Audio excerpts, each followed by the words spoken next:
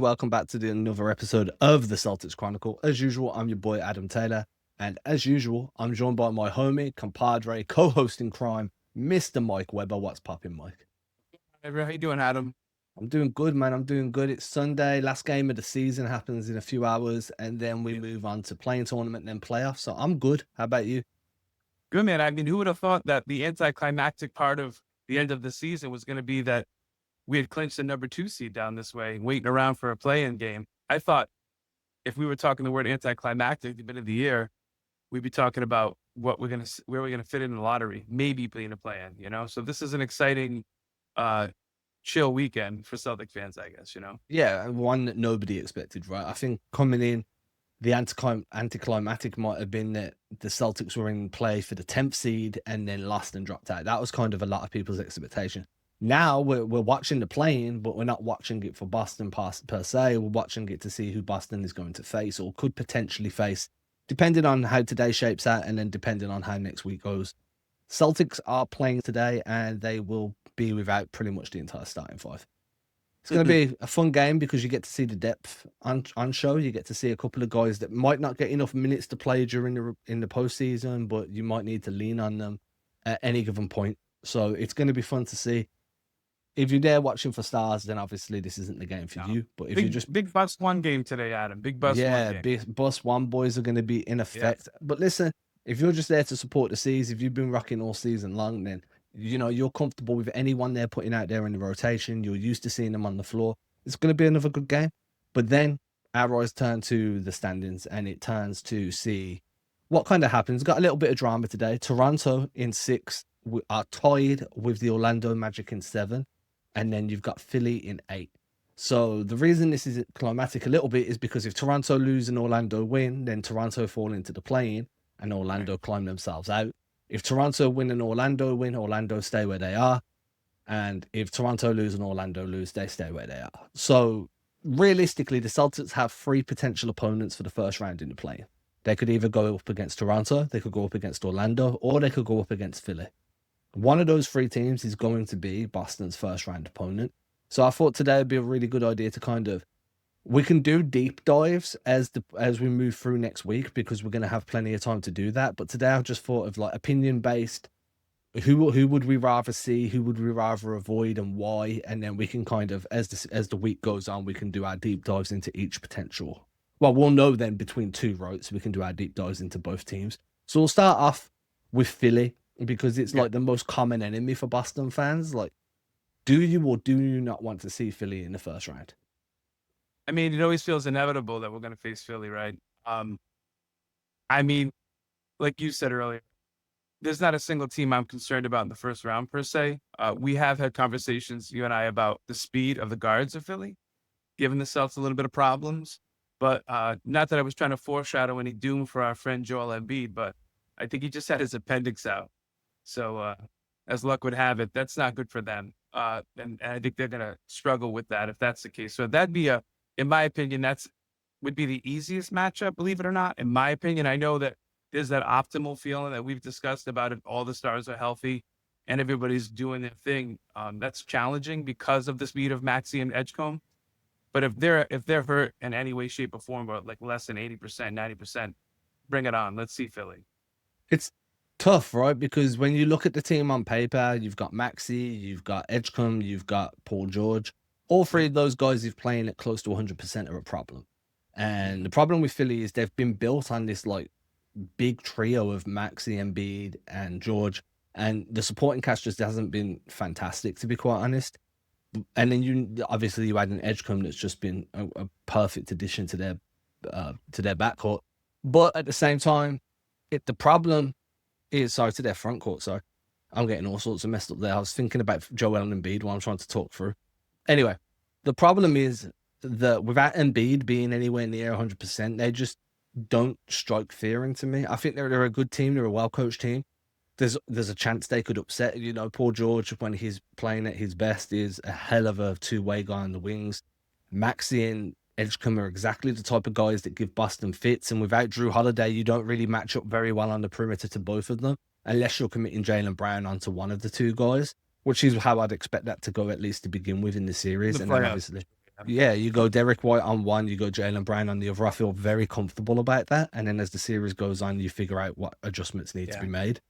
I just don't think that the Sixers have the same level of depth as what Boston does. And I think that No. the lack of depth across the board for Philly goes 1, 2, 3, 4 in Embiid, George, Maxey, Edgecombe, and then there's a bit of a drop off. And I'm just Yeah. I'm not comfortable assuming a team that's so top heavy is going to be able to withstand what the Yeah. Celtics can throw at them and the different looks that Boston can throw at them and the adjustments that the Celtics can make because they're deeper. Like 1 through 13, you've got multiple different looks you can throw out there, and we're going all the way down to 13 with like you, and that's no disrespect to Delano Banton, no disrespect to whoever else is going to be on that 13th spot, whoever you've got on the mark out. But Boston just has too many options available. I think that Philly would really struggle to match up with them throughout a 7-game series. Yeah, ironically, they're kind of like a bizarro version of the Celtics in that they did some interesting cap cutting during the trading deadline. They gave away, is it McCain, I'm sorry, Jared McCain to the Oklahoma City Thunder, who definitely did need an additional awesome player to add to their roster. And it was kind of an interesting one because whereas Brad has done a really good job of, not addition by subtraction, but at least being effective and efficient, I didn't really understand a lot of their moves other than being cap costing stuff. So what little depth they had, they traded off to boot. And now I think they're going to suffer for it ultimately. I think that part of it was when you look at McCain, I'm pretty sure he was coming into like a contract year and they probably weren't gonna keep him around. They want to cut some cap ready for the summer. And I've just pulled up their entire roster, right? So you've got Edgecombe, you've got Maxey, you've got Embiid, you've got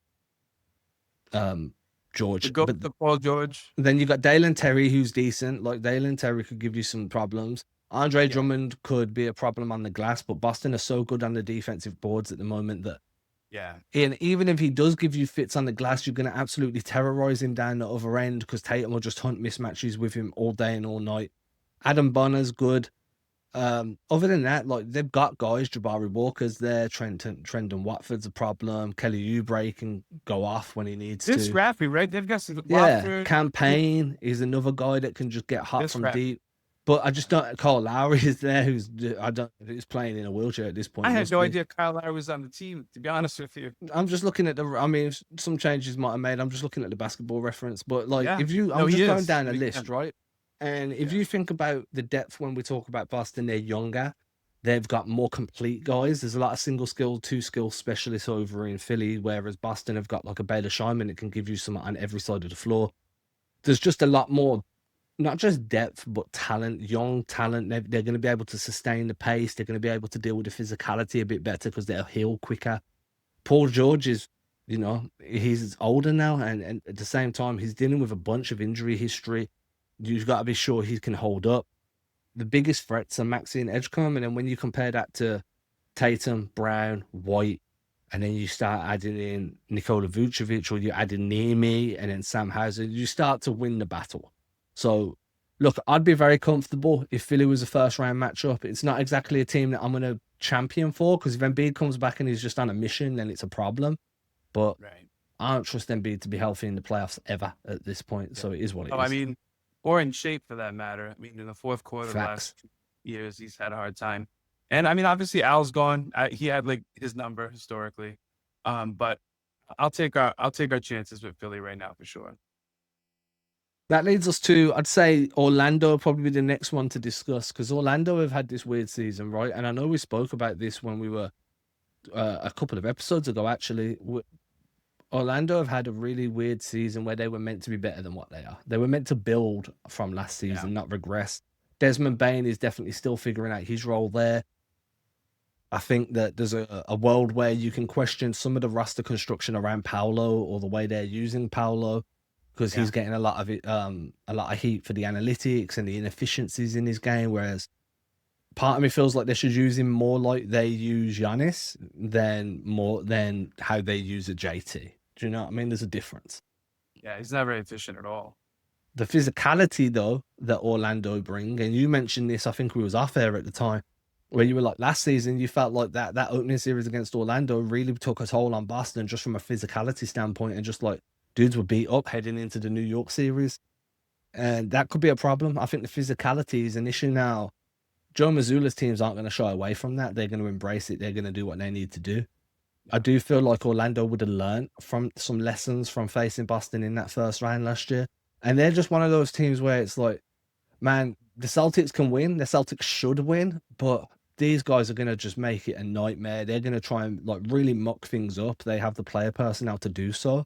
And they've got some big time shot makers and big time like playmaking ability guys like Franz Wagner can do that. Paolo can do that. Desmond Bain can create off the dribble. Anthony Black's a great defender. Like, they've got Plays guys that well you can against lean on. Black plays really well against the Celtics, and it is what it is. De Silva and Suggs are underrated pains in the ass. As far as like they do a lot of the same things that we champion Shireman and Hugo to an extent, and Walsh for them. And that's the problem, right? It's they match up well. We spoke about the Knicks being like built to match up with the Celtics. I don't think the Magic were built in that way, but it's just kind of shaped out that way, right? Boston has JT and Jalen. Orlando has Paolo and Franz. Now, I'm not saying these guys are in the same stratosphere, like JT and JB are quite far ahead, just in terms of where they are with their development, where they are with their experience. Not going to disrespect Franz or Paolo there. I'm just saying the experience makes a huge difference, puts them quite further ahead. I do think that Orlando would be a tough round. Look, anyone the Celtics face in this first round, I'm expecting them to win. Whether that's in 5 games, 6, 7, I don't care how long it takes, but I do expect the Celtics to win. When I'm saying it's tough, I'm saying that, yeah, there's a potential that this team could, cause an upset. There's this potential that the Celtics might have to fight from a couple of games back to come out of the series. Yeah. I'm not saying they're going to win. I'm just saying it's going to be tough. And I think Yeah. Orlando are arguably the team that out the 3 of them between Toronto, Orlando, and Philly, Orlando are the team that are going to make it the hardest. Record It's be almost damned. like you can't even say the word gentleman sweep because I think 5 games in Orlando could feel like 7 against Philly. As far as physicality, and maybe part of me thinks like Philly's kind of like the ghost of playoff past for us. And then I think that Orlando would be kind of poetic to play them and then have to face the Knicks in the next round and really kind of exercise all the demons of last season where obviously things didn't go as planned. And now we got JT back sooner than expected. It would be really kind of cool to face them as a fan of basketball and as a fan of the NBA. But as far as like, hey, what's the path of least resistance, which is not how an athlete's wired. I know Jalen and JT aren't wired that way. Part of you kind of hopes like, man, it'd be really cool to go through Orlando and the Knicks if that's possible. That would be kind of awesome. As a fan of basketball, that'd be great. Just run it back and see where the chips lie. Now, look, I'm not going to lie. New York, and we saw this the other day when the Knicks won. Yeah. New York can be a problem. Now, the argument you can have is Jaylen Brown wasn't playing. And when that's a huge piece to the puzzle missing when you're facing New York. So I don't want to dive too deep into that. We're going to have plenty of time to talk about New York during the postseason. Going to try and watch every one of their games so we can do the deep dives there. What I will say is they're a problem that you need to address when you need to address it. And before that point, you just focus on what's in front. But that, again, going up against an Orlando and then coming into that Knicks game or potential Knicks series beaten and bruised and having to overcome that again. And imagine the mindset hurdle that JT is going to have to overcome. Like, not only are you playing the Knicks in the playoffs again, not only are you playing them in the second round again, but you're probably going to end up having to play like a game 4 or game 5 on the road. And it's just going to be physical as hell. That's when we're going to see how much JT trusts his body. Obviously, this season proves that Joe's never going to avoid the path of least resistance. There was no tanking mindset and avoiding conflict from Joe Mazzulla or Brad and the organization. So that's why part of me thinks like, man, it would be really cool to let Orlando mop the deck with the Celtics today and then face the Raptors instead, right? But that's just, I don't know that they're hardwired that way. I think they're just as excited to see the Bus One boys go in and beat up an Orlando team today by 20 and send a message about, hey, we'll see you in the next round. We're ready for it. And that's the problem, right? It's going to be just whoever you face. And the worst part about this is we're not going to see the best version, like a potential first round matchup tonight, simply because no one's going to play. So we're not going to know how that looks. But you are right. The Celtics aren't going to duck a path of least resistance. They're going to go out and try and win tonight. Have we seen Orlando's injury report? Can I pull that up? Yeah, I can.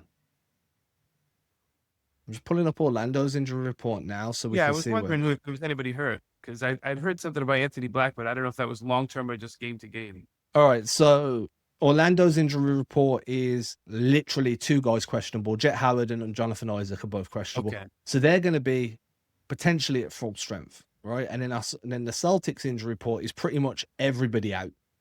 Yeah. So everybody, yeah. Yeah, Hugo Gonzalez is questionable. Jaylen Brown is out. Sam Hauser's doubtful. Pritchard is doubtful. Neem is out. Tatum's out. Vooch is doubtful. White is out. So if the Orlando Magic are at full strength and they play at full strength, and the Celtics are running out there like bus one boy starting five plus some G League guys kind of filling the bench, then the potential is there for Orlando to win. And then all eyes move on to Toronto to see how that plays out, which is a good way of leading us into the Raptors. So today, the Raptors are going to play the Nets. So look. And the Nets, I think the Nets injury report, if you pull that thing up real quick, Adam, looks worse than the Celtics today. Well, they've got nothing to play for. Yeah, I'm pretty sure the Nets have like 10 of Okay, yeah, I got this. Nick Claxton out. Noah Clowney out. Igor Deming out. Terrence Mann out, Josh Miner out, Michael Porter Jr. out, Day'Ron Sharp out, Zaire Williams out, Danny Wolf out. Hold on a second. My phone's ringing. I think I got a phone call from the GM of the Nets. What's that? You need me to suit up today? Dude, I mean, they're just going to be having open tryouts. Yeah. Man, Toronto. It looks like the tea leaves are there, man. It looks like the tea leaves are so Toronto could be the, like, if Orlando don't, like, shit the bed tonight and Toronto do what Toronto are meant to do, then everything stays exactly the same. That's the point, right? Because if Toronto do what they're meant to do against a Nets team that's sitting pretty much everybody, and Orlando do what they're meant to do, then there's no surprises and it's Orlando, Philly in the play-in. Cool. Right. If somehow the Raptors manage to make a mess of things this evening and somehow lose to a Nets team that's going to have people from the crowd suiting up, then you face the Raptors. It'd be a hell of a DraftKings parlay to pick the Nets and the Celtics today, huh? Imagine that. Imagine taking home that money line bet. Should we have a look? No, I mean, not. No betting on this channel. No, I know. I just thought about it now. I'm like, wow, I can imagine it's probably like plus 1,200 for a money it'd be something ridiculous. With the Raptors, I'm not going to speak too much on them. We spoke quite heavily on them in a recent episode. What I will say is, they're a problem. They've got good size. They've got good length. I'm still not very scared of them. I don't think they match up very well with Boston. I don't think that they're at a point in their current evolution where they're going to be able to go toe-to-toe with the C's. Yeah, they're too redundant. Too many guys who are like the same player on that team. They need to kind of figure that out. They don't have enough shooting. They have a lot of athleticism. They're tough, but they're not. The Raptors aren't. They're just not there yet. Yeah, they need more shooting around Scotty, and they need to figure out what type of player they want Scotty to be and how they want to use him. And this goes back to the same argument with Paolo, right? Like, he's got talent to be used in multiple ways, so you need to figure out how you envision him being the fulcrum of what you're trying to do, and then how are you going to implement that to make everybody around him better. And until you've got that clear-cut blueprint in place, everything else is going to feel clunky. And that's the same in Toronto. It's the same in Orlando. The only difference is Orlando has that identity, like a physicality that they can lean into a little bit more than what Toronto does. Mm-hmm. And last year's experience against the Celtics goes a long way when it comes to playoff season too. So let's do this. I think this will be a fun way to end it. I'm going to say each team out of these three, Toronto, Philly, and Orlando, I'm going to say each one, and then give me your prediction on how a series would look. Just like just the end result. Yeah, let's go. So we'll go with Philly. Celtics in 6 if Embiid's healthy, 5 if Embiid isn't. Celtics v Toronto. Celtics in 4. Celtics v Orlando. Celtics in 6. Celtics in 6. I'm going to say the only difference I've got is if they don't have Embiid, I'm going Celtics in 4 against Philly. Just because I know it's going to piss off Philly fans. I would give Maxey that 155-point game that he pulls out. Oh, he's going to do that for sure. And Celtics in 5 is a lot more logical, but just to piss off some Philly fans, Celtics in 5. Nothing better than pissing Philly fans off, my friend. I don't. This is why I'm happy I live far away. And with that, everybody, we're going to leave it at that. We'll be back again probably tomorrow, if not the day after. We're going to start looking at these teams that could be faced, that the Celtics genuinely could be facing, doing a bit more of a deep dive, going into some player tendencies, the way teams look to attack, how the team has done against Boston this season, yada, yada, yada. We'll start getting into all that good stuff once we know who the Celtics could be facing. And then we have the playing game where we can react to that and do all that good stuff. As usual, I'm your boy, Adam Taylor. If you like this podcast and you're going to like the Celtics Chronicle newsletter, the link is in the description. Just click on through. There's a free plan, there's a paid plan. Show some love. And if you're a fan of music, Mike's got you covered. Where are you playing next, Mike? I got nothing until May, man. I'm gonna enjoy some vacation time coming up. The rare teacher time off that happens, which is nice. There we go. Everybody, subscribe to the channel, show some love. We love y'all for tuning in, and we'll see you soon.